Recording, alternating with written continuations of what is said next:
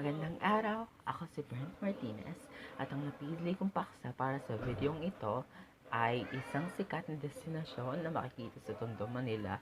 Ito ay ang Ugbo. Gaya ng aking nasabi, ang Ugbo ay isang distrito o kahabaan na makikita sa Tondo, Manila.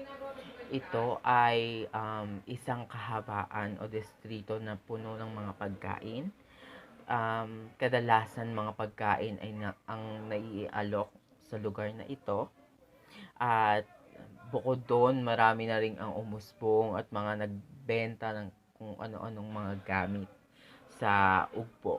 Kaya naging sikat ito at dinayo ito ng napakaraming tao. Naintampok na rin ito sa national television na ipalabas na sa Jessica Soho, sa Rated K, sa naggawa na rin ng mga vlogs ang mga lokal at international na vloggers.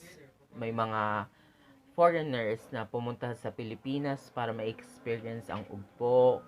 At isang fun fact lang, nung nagsimula ang ugpo, sa palagay ko ay um, nasa 10 taong kulang ako nito. Hindi pa siya ganun kasikat. Tapos, um, naalala ko na isang stall lang ang nagbebenta ng shake. Shake yung naiaalok nila hanggang sa mga pagdating ng mga 2015, mga 2016, bigla na lang umusbong ang ugbo at nagkaroon ng maraming pagkain ang naiaalok sa lugar na ito. At naging kilala rin ang lugar na ugbo sa buong Pilipinas. Hindi ko ang ugbo bilang paksa ng aking video dahil ang distritong ito ay punong-puno ng diverse culture at bukod rito ay likas sa kultura ng mga Filipino ang pagkahilig at pagkahumaling sa mga pagkain. Maging ito man ay lokal na mga pagkain o mga international na pagkain, ito ay tinatangkilik pa rin ng mga Pilipino dahil ito ay kabahagi kung paano tayo mag-selebrasyon bilang Pilipino.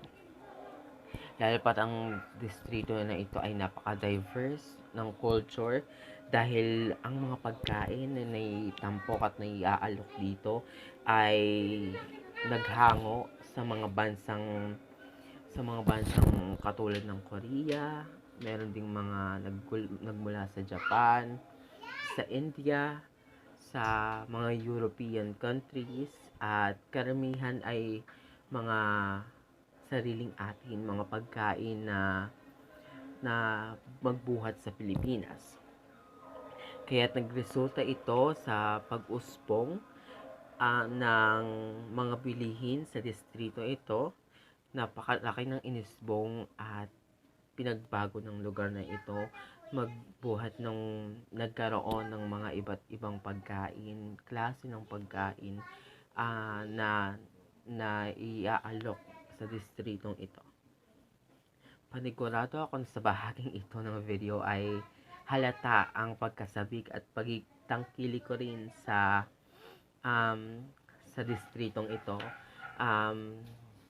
Dahil para sa akin, merong mga ilang pagkain na patuloy kong binabalikan pag ako ay nasa Tondo at nasa Ugbo. Yan na rito is yung isang stall na nagbebenta ng iced coffees, mga takoyaki, mga yung binalot na store at mga iba pa.